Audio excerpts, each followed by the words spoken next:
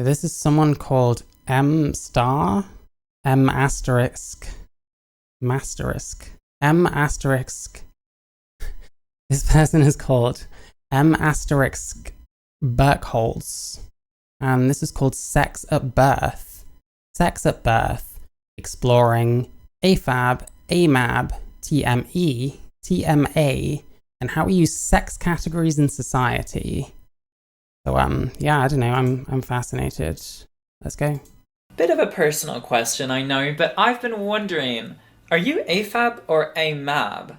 Bro, I am literally just hotter than you. Oh, is this like my first Australian or New Zealander? I can't tell yet. Yo, according to this box of mac and cheese I just scarfed down, I'm a family of 4. If you're at all interested in conversations around gender, you've probably come across the terms AFAB and amab quite I certainly have. a lot. Today, I'm going to break down the origin of these terms, what they mean, alternatives to these terms, and more importantly, I've been told by other woke people that are of colour that white people wearing these like slits in their eyebrows is racist, but I can't remember what it was.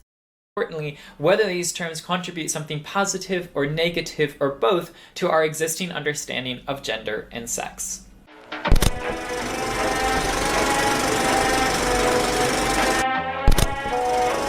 The state of nature. Oh, content warning, transphobia. Don't listen if you don't like transphobia. It might bite you or something. Nature is drawn by each theorist in a manner that enables him to reach the desired solution, the political solution he has already formulated. These are the words of Carol Pateman in her book entitled The Sexual Contract, where she notes that obsession around biological categorizations tied to nature are often exploited in favor of political agendas. Those agendas are used to oppress others on the basis of race, gender, sexuality, and other categories. It's ironic though, because even while I hope we're getting like examples of all of this. having this awareness, she then proceeds to say that trans women are not women on the basis of nature and biology, and that trans women should be excluded from the kind of rights and feminism that she pursues for real women. You see, we can have all the righteous self-awareness that biological categorizations have the potential to be incredibly dangerous and fulfill nefarious political agendas, while using similar biological categorizations to oppress ourselves and others, often without even realizing it. According to Claudia Johnson, a relationship, intimacy, and sex therapist, the terms AMAB and AFAB originated from the term KMAB, which stands for coercively assigned male at birth. The term KMAB Coercively assigned male at birth. Did the baby argue back or something? I don't understand. was actually created by trans women as an alternative to male to female. A lot of Oh, it's just trans cope, basically. Listen, I understand that it's basically a cope to call myself a trans woman, but hey, don't we all cope about at least one thing? trans women felt like male to female was kind of an offensive term. It implied that they chose to be men and then they suddenly woke up one day and decided to be women. What's it? Plenty of like these gender types, isn't that like how it's presented? Like especially with non-binary being like part of trans apparently. I don't know. I'm trying to get some kind of consistent definition on these things, but it's actually quite hard. Whereas a lot of trans women feel that they have always been women and that they were incorrectly assigned male at birth. Now this term Yeah, I wouldn't like go out of my way to like try and humiliate someone who genuinely believes that about themselves, but I disagree that that's true. Like, I wasn't born female, but in the body of a male for some arbitrary reason. Like, I was born male. Like, it is what it is. You know, you gotta just accept what is reality. started to be used by the intersex community who were really excited by it. Intersex people, if you don't know, are neither male nor female in terms of their factual. This is not true. Hold on, let me just get that properly. Empirical really women and that they were incorrectly assigned male at birth. Now this term started to be used by the intersex community who were really excited by it. Intersex people, if you don't know, are neither male nor female in terms of their factual, empirical, biological sex. That is not true. Like, intersex conditions, there's a bunch of them. Some of them apply to males and some of them apply to females. Like, you get genetic males and females and shit. TERFs. Eventually the terms Oh, did you just call me a TERF? Fucking hell. It's fine. I've been called way worse. I worked bar in Weatherspoon when I was younger. People will say all kinds of shit to your face there, trust me. Like, anything that anyone says on here is like, okay. sex community who were really excited by it. Intersex people, if you don't know, are neither male nor female in terms of their factual, empirical, biological sex. TERFs. Eventually, the terms AFAB. God, every video I watch, it's like this unending smugness. Like, maybe it comes off me too. Hey, maybe I'm like just as bad as these people are, but I don't know. I just see it every time, and it's like, fucking hell, you're like not only wrong, but like proud of being wrong and like misinforming people. But sure, you know, young trans people watch this and it's like, you're filling their heads with shit, unfortunately. AFAB and amab became widely used in gender-aware circles, with AFAB meaning assigned female at birth and amab meaning assigned male at birth. These terms provide a politically... I said like Australian or New Zealand earlier. Is this person like Irish? I think I completely misheard it. The correct way to describe the sex origin and transition path of, generally, those who are diverging from traditional gender binary in some way. It's also commonly used in discussions around non-binary identity. Being non-binary or not identifying as male or female is just not enough. We need to know which one you really are. Oh, I love non-binary. Well, I mean, everyone has a sex. They might need to know what it is for certain like medical reasons, I don't know. But hey, we can just pretend it doesn't exist, and then life will be great, I guess. That seems to be what I'm getting from all of this, but hey, listen, I've got a lot of this video to go. Binary people. Have you ever noticed that like non-binary people are literally the hottest people you've ever seen in your entire life? Actually, one of my best friends, Rue Erskine Lily III, is non-binary, and they are so hot. Okay, yeah, but like, is he amab or afab? Are they amab or afab? Hey, this matters for some people. Like, aren't all sexualities valid? Like, if I have a preference, like, is that not valid too? If you're a woman that prefers a tall guy, that's apparently fine. So, you know. Like, you know, like, I'm just curious. Like, it doesn't matter which one. Or both, or neither. Asking if a non-binary person is amab or afab is kind of this way of understanding which kind of non-binary person they are. We don't like erasing sex from our understanding of other people because it's so deeply ingrained in our experience of the world. But well, yeah, like, why wouldn't it be? It's the reason you're here. I don't understand. Like, we just come up with some arbitrary reason to disregard sex and to put what's in our imaginations above that, I guess. I mean, I don't know. Like I said, did I say it earlier on here or did I say it to someone in a message? I can't remember. But like, I'm not actually even like that anti the idea of like non-binary existing. Like, I think things like gender dysphoria probably exist on like a spectrum. So I can see how it would come in there, you know? Or like people that might want to transition but can't for various reasons or something like that. I don't know. You know, I don't mind the term so much. It's just, it seems to mean very little of anything and seems to have become like a massive trend. So those that actually kind of have non-binary, like those that have like fucking gender dysphoria to only a certain extent, like, you know, they've got to contend with all these insane people that flood the community as well because they're just doing it for a sense of community because it seems cool and they have nothing about them, so. But the terms amab and afab have their limitations. Even though they originally became prominently used in intersex circles, they've now become shorthand for binary sex categories. And the problem with that is that, well, firstly, sex isn't binary. The other failing of these How isn't it binary? Please explain this. terms is the reality that sex is changeable. I have not been growing a tiny penis for the past 2 years. Though they originally became prominently used in intersex circles, they've now become shorthand for binary sex categories. And the problem with that is that, well, firstly, sex isn't binary. The other failing of these terms...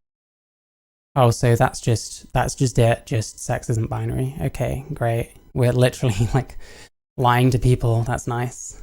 is the reality that sex is changeable. I have not been growing a tiny penis for the past 2 years just to call myself AFAB. Sex isn't changeable, by the way. That is not a reality.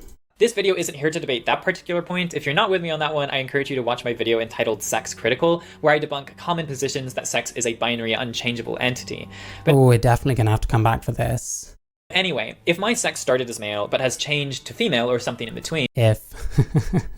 I'm sorry. I just don't know why not be honest myself, but sure. Then why does my assigned sex at birth matter to anybody, unless it's a part of my journey as a human being that I'm desperate to share with the world? Well, it doesn't, really. I mean, people might be funny with you if you look like a guy and you try and pee in the women's, you know. You might want to use the one that you resemble the closest, but I don't know. Everybody wants to unveil their starting point when it comes to sex, especially when AFAB and amab are so often understood as current sex categories. If I say I'm amab, it's often assumed that my sex is currently male, not taking into account the possibility that my sex could have changed. The moment someone— I think these people must like genuinely believe that they like their sex and everything about their sex doesn't affect anyone at all. When anyone that like perceives it, like there could be some reason they have issues around men or something, you know? When sex at birth is known, it replaces the existing understanding of gender and sex for that person, or at least it becomes a modifier on top of someone's existing identity. They can't simply be non-binary or trans, they need to be non-binary amab or trans afab for us to understand them entirely. So for those who are non-binary, they've escaped the gender binary only to be placed into another gendered, sex-based binary category. Well, yeah, because sex exists and you're trying to pretend it isn't. So you're just going down the list of all the ways you can identify sex and being like, no, you can't do that. No, you can't do that either. And for those of us who have or are changing our sex, these categorizations have the potential to seem a little bit belittling. Like, sure, you can't change your sex. We change certain like social and certain physical characteristics to like imitate womanhood or something. I don't know. It's about the best I can do right now. I'm not very pink-pilled right now, you know? You're female now, but lest we forget that you were assigned male at birth. Now, there are some alternative terms out there to understand an individual's sex journey in relation to gender identity. I recently came across the terms TMA and TME, and while they also have some problems, I think that they offer something interesting to the conversation. So we're going to talk— We're reviewing new ways of referring to sex. This is amazing. Like, people watch this. I don't know. Oh my god. about them. TMA refers to trans misogyny affected. Oh, so it's our way of putting our victim complex shit into sex. Trans misogyny affected. And TME refers to trans misogyny exempt. Trans misogyny exempt. So is this, I'm guessing this is males and this is females? Like this is trans women and this is trans men? I really don't know. I can't get my head around this. Transmisogyny is a term that was coined by Julia Serrano in her 2007 book Whipping Girl to describe a particular form of oppression experienced by trans women, combining misogyny with transphobia. The purpose of these identifiers is to leave a biological category for a social one. But these terms, like AFAB and AMAB, have some slight issues as well. Although trans femmes struggle with Is it that it's cope? unique forms of oppression and challenges related to transition, the term TME for AFAB individuals implies that AFAB individuals don't suffer from transphobia and misogyny, which just isn't true. Do they suffer from internalized misogyny? I don't know.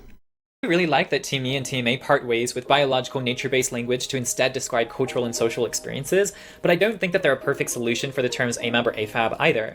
I still have this underlying question, which is, why are we so obsessed with sex categories and the language that we use to describe them? I don't know, you haven't shown any like examples of people that are like obsessing over your sex. I don't know, when I go around places, people aren't obsessing over my sex, like constantly asking me what sex I am and shit.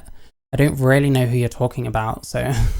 value are these terms adding to our existing understanding of language and gender and sex?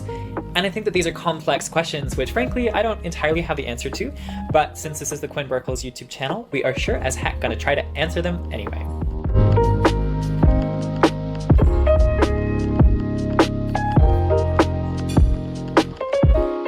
Quick disclaimer, between part 1 and part 2 of this Oh, we've got budget contrapoints, hence the wardrobe changes and shit. video, I got about 2 hours of sleep, so if part 2 is a little bit more unhinged, that is why. Anyway, let's continue talking about sex at birth. That sounds weird. I probably should have thought about that title. Yeah, sex at birth is a pretty dumb way of putting it. It's just sex, right? You have your sex. I don't know. It's pretty simple, but we have to like screw it up and make it as complex as possible so that some people feel like they fit in, I guess. I don't know. More. If you've watched my content before, or even just in watching this video, you'd probably get the idea that I'm not overly fond of biological categorizations, and you would be absolutely right in thinking that. But contrary to what a lot of TERFs or generally transphobic people believe, I and most trans people I know do indeed recognize scientific biological reality. And I think recognizing sex and biology is important, up until a point. For example, when we navigate the medical system, we need to recognize different medical needs of different bodies. If you have a uterus and it's possible you could get pregnant based on sexual activity, then that's useful information for your doctor to know. If you're at higher risk for prostate cancer because, well, you have a prostate, then again, that's useful information from a medical perspective. Now, from a physical Yeah, so you can just be prostate havers and shit like that. Uterus havers. There you go. essentialist standpoint, in my personal opinion, that is where the value of sex categories ends. In pretty much any other scenario, you don't need to know what my sex is unless you're dating me. But from a cultural perspective, there are other arguments which could be made in favor of understanding assigned gender at birth categories, which are heavily linked with sex. Whether you're AFAB or AMAB shouldn't impact what shower gel you buy, what perfumes and clothes are available to you, and what bathroom you choose to piss in. But it can tell us other useful things about ourselves and society, such as examining male privilege as a factor which can cause AMAB people at times and under certain, well, privileged circumstances to have, say, slightly higher levels of confidence in pursuing traditionally male-dominated careers. I don't know. Again, I'd love an example of that, but I guess we're just spewing theory. Maybe someone exists that has had that experience, who knows? Whereas someone who's AFAB may have been influenced by oppressive patriarchal structures their entire life, and might not have that same level of confidence. Now, that particular subject is a lot more nuanced than I have time to explore here. I think that male privilege for trans femme individuals is kind of something that only sort of happens when you are socialized as a feminine boy for most of your life. You're not treated well. There's not a lot about that is very privilege inducing. But I digress. From a transition perspective, I do think it's really valuable to talk about the way that those assigned Like, what did we even say there? Like, Jesus Christ. male at birth transitioning in a feminine direction are treated very differently in society than those who are assigned female at birth transitioning in a masculine direction. For one thing, from a sex perspective, AMAB people have a slightly harder transition path. Because bone that has already been developed can't be undeveloped without surgery, AMAB people often choose to undergo surgeries to shave down their bone to so-called female levels, whilst AFAB people can just grow new bone through the process of hormone replacement therapy. AMAB people also don't have their voices changed through the process of hormone replacement therapy, and voices are a strong sex signifier which can make transition really difficult for AMAB individuals, whereas AFAB folks have their voices lowered automatically through Folks. the process of HRT. Like the stream, folks. Additionally, AFAB people who adopt androgynous aesthetics are often perceived as male by society already, and regularly get misgendered and yes, even harassed in women's bathrooms and that sort of thing already, without even necessarily transitioning. Like, yeah, occasionally, I guess. God, I'm so bored. People who transition in a masculine direction are often seen as basically naive, vulnerable women who have gotten confused and ruined their femininity, but they're ultimately seen as victims of trans ideology, whereas AMAB trans femmes are often seen as violent perpetrators of patriarchy, who are using the weapon of transness to co-opt womanhood and generate a mass hysteria where sex and biology isn't recognized and they can get away with heinous acts in women's bathrooms, like, you know, taking a piss in an enclosed private cubicle. And because trans... Sure, I don't know. I mean... Talk to some women about how they'd feel depending on, not necessarily how this person looks, maybe they'd get away with it, but like a more masculine looking, like trans woman, like Lily Tino. Like, let's ask a bunch of women, like, if they're happy for like fucking Lily Tino to just walk in and use the stall next to them, you know? I bet that'll be the odd one that feels a bit weird about that. Femmes in particular have such a difficult time with passing pre-surgery. Sometimes we're in the awkward position where we are perceived as men still by everybody around us, whilst our AFAB trans siblings are more swiftly able to develop strong sex signifiers like beards, and then they're able to stealth, and so the trans discourse gets largely situated around... Like, a lot of this is true, but it's like, I don't know. I could have told you this too, I don't know. When does it get into, like, anything? Frankly, the ugliness of men in dresses, rather than, you know, the smoking hotness of the absolute studs that trans men are. Okay. I still do not know what his accent is, by the way.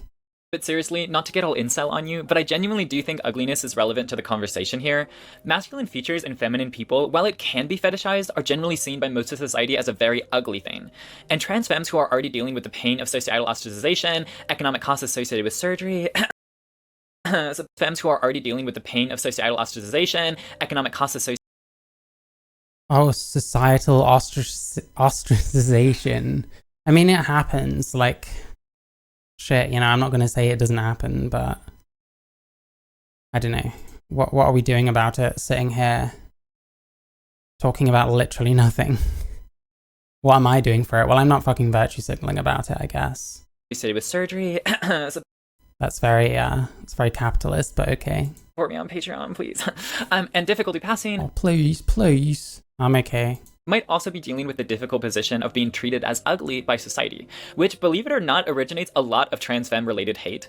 Feminine features on men, on the other hand, are often fetishized and seen. Does it originate here? I think there's an extent to which it's different when like a ugly woman gets hate versus when what looks like a man in a dress gets hate. Like, I think people usually ridicule them for slightly different reasons, but I don't know. I guess there's crossover. But like, this isn't, like, who cares?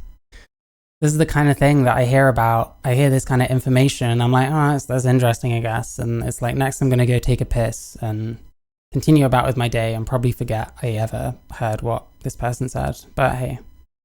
As attractive and beautiful, which can absolutely have its own challenges, but ultimately society handles these two transition paths very differently. From an economic perspective, a study in the workplace found that trans women... I wonder how many jobs this person's had. I wonder how much time they spend like around like just people, like in the general public or in a place of work surrounded by other people that they wouldn't have chosen to be with, but here they are, you know? After they transition, on average lose almost 1/3 of their salary, are respected less, and receive more harassment.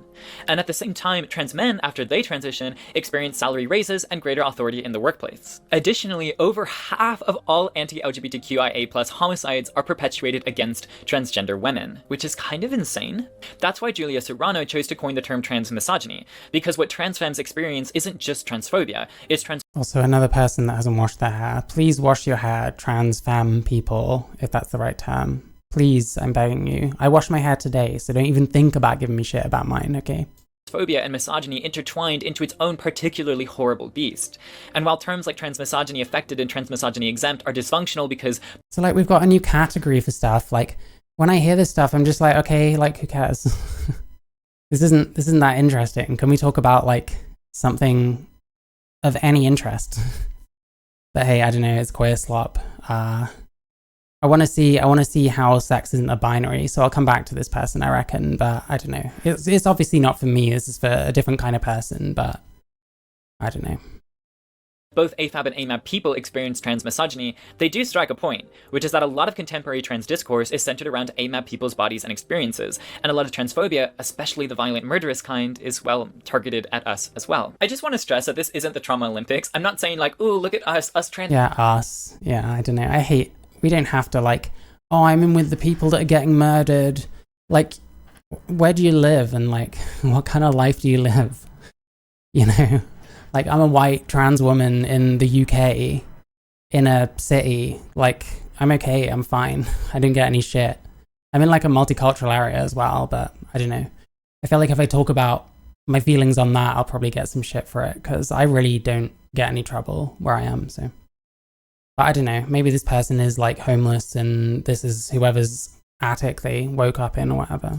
Femmes have it so much worse, woe is me. And generally speaking, I don't really think it's useful to like compare hierarchies of oppression. I think that all trans people are... But you spend so much fucking time doing so anyway, probably. I haven't seen the videos to know, but... are equally deserving to have rights and to be fought for and to be seen. And yeah, this is not the Trauma Olympics. I literally made a whole video on why the Trauma Olympics, especially in the queer community, is very silly. But there are differences in how various sex categories and transition paths are treated socially and culturally, and I think recognizing those differences is okay. It's interesting, and I think it's useful to the overall conversation on gender and sex and how gender and sexes are treated differently.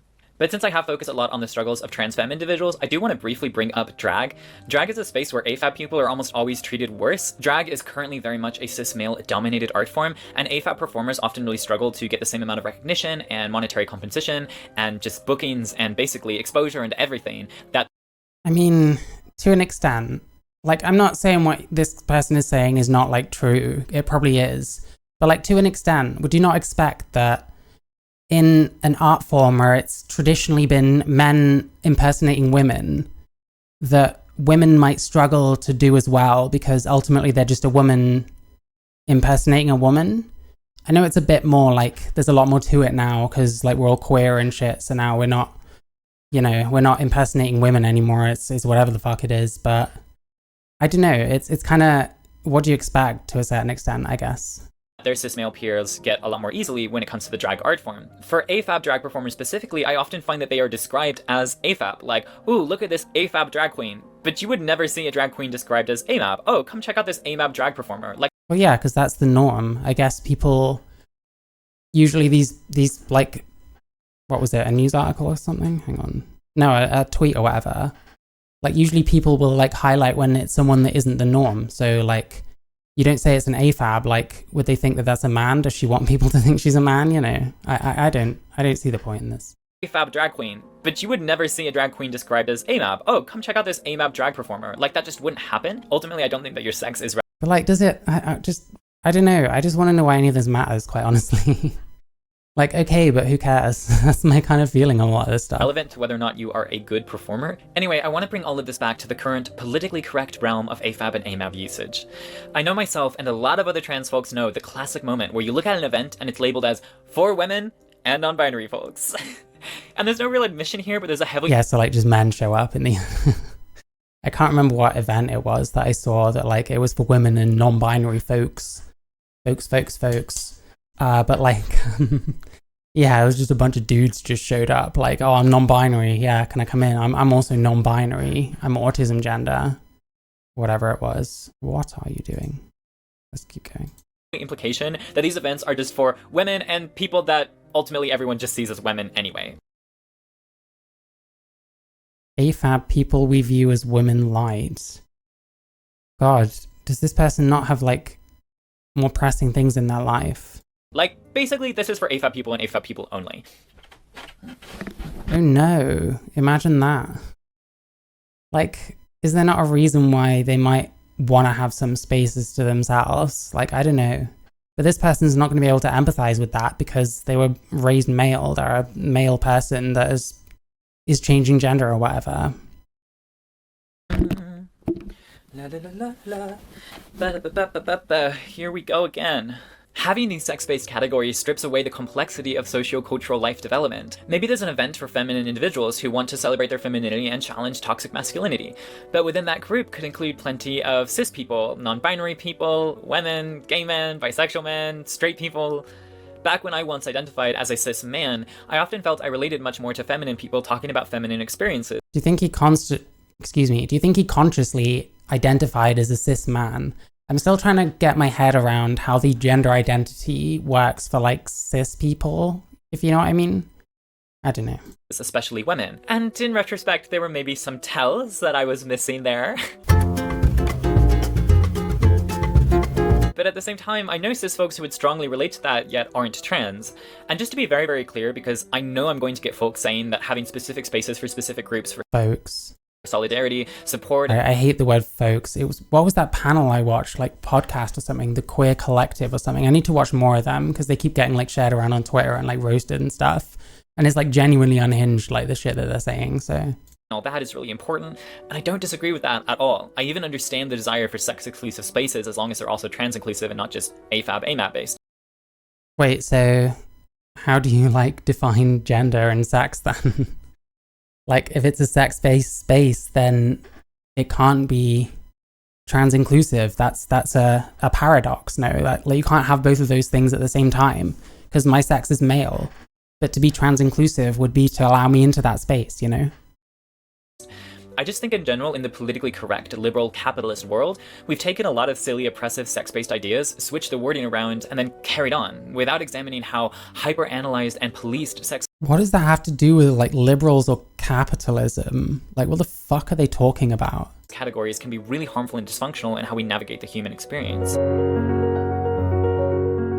They're not gonna elaborate on that, which is nice. I like when people just say, like, the craziest shit.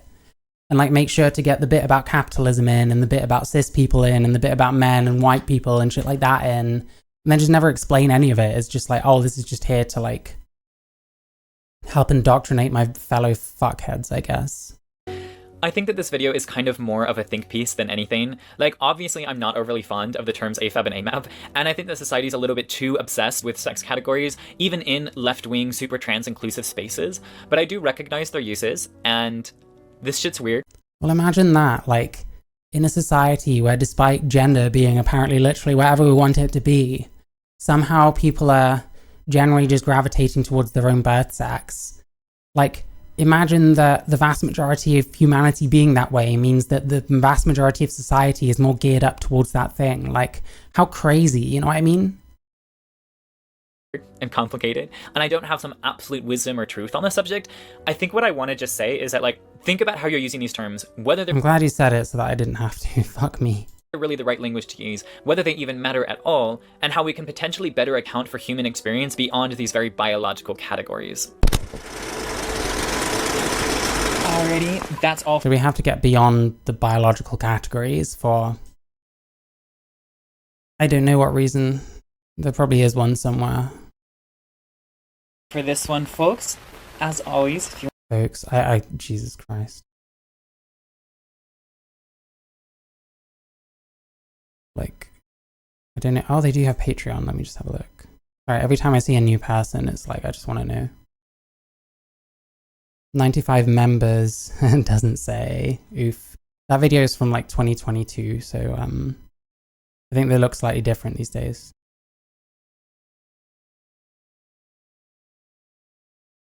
Anyway, okay, so that was M asterisk birkholz.